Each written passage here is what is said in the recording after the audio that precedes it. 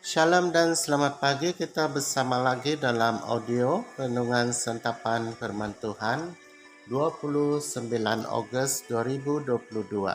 Hari ini kita memperingati wafatnya Santo Yohanes Pembaptis. Inilah Injil suci menurut Markus. Sekali peristiwa, Herodes menyuruh orang menangkap Yohanes dan membelenggunya di penjara berhubung dengan peristiwa Herodias, istri Filipus saudaranya, karena Herodes telah mengambilnya sebagai istri.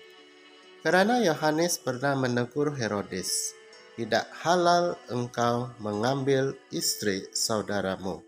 Karena itu Herodias menaruh dendam pada Yohanes dan bermaksud untuk membunuh dia, tetapi tidak dapat, sebab Herodes segan akan Yohanes karena ia tahu bahwa Yohanes adalah orang yang benar dan suci. Jadi ia melindunginya. Tetapi apabila ia mendengarkan Yohanes, hatinya selalu terumbang-ambing. Namun, ia merasa senang juga mendengarkan dia. Akhirnya tiba juga kesempatan yang baik bagi Herodias ketika Herodes pada hari ulang tahunnya mengadakan perjamuan untuk pembesar-pembesarnya, perwira-perwiranya, dan orang-orang terkemuka di Galilea. Pada waktu itu, anak perempuan Herodias tampil lalu menari, dan ia menyukakan hati Herodes dan tamu-tamunya. Raja berkata kepada gadis itu, "Minta daripadaku apa saja yang kau ingini, maka akan kuberikan kepadamu." Lalu bersumpah kepadanya, "Apa saja yang kau minta akan kuberikan kepadamu, sekalipun setengah dari kerajaanku." Anak itu pergi dan menanyakan ibunya, "Apa yang harus kuminta?" Jawabnya, "Kepala Yohanes Pembaptis."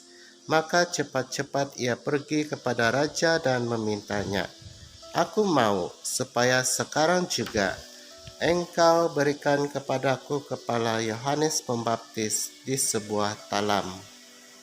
Lalu sangat sedihlah hati raja, tetapi karena sumpahnya dan karena tamu-tamunya, ia tidak mahu menolaknya. Raja segera menyuruh seorang pegawai dengan perintah supaya mengambil kepala Yohanes. Orang itu pergi dan memenggal kepala Yohanes di penjara.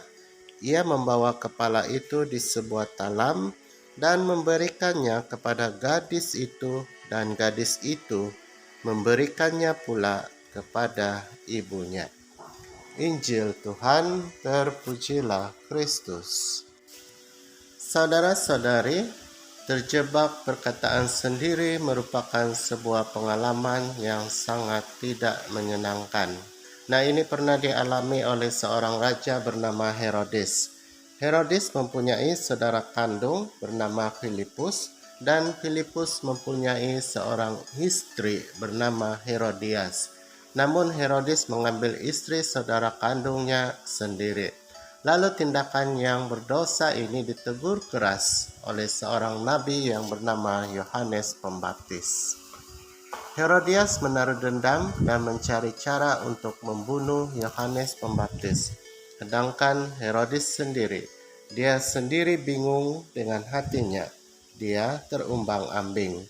Dia tahu dia salah, tapi untuk bertobat dia tidak mahu. Nah, apa yang terjadi?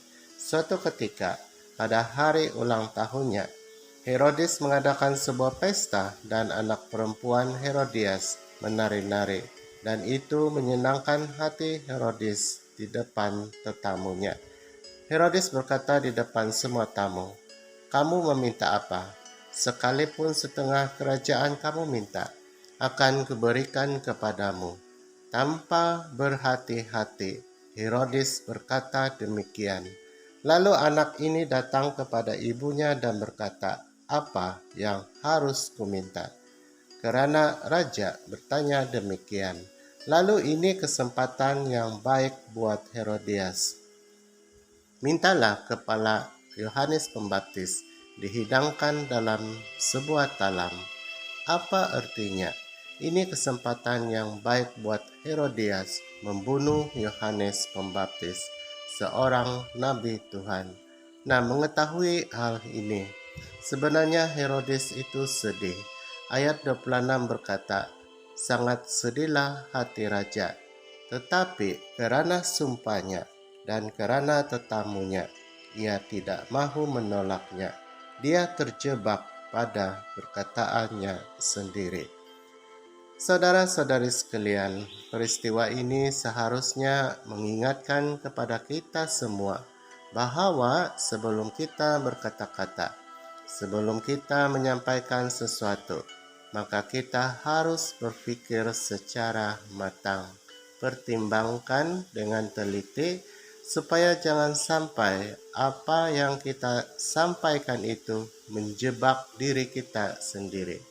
Firman Tuhan mengajarkan kepada kita, lebih banyak mendengar dari berbicara, lebih banyak melihat daripada berbicara. Sebelum kita menyampaikan sesuatu, pikir terlebih dahulu, apakah perkataan yang kita sampaikan itu perlu atau tidak, benar atau tidak, jujur atau tidak, membangun orang lain atau tidak. Maka perkataan kita akan menjadi berkat kepada sesama. Jangan sampai terjebak perkataan sendiri. Salam damai.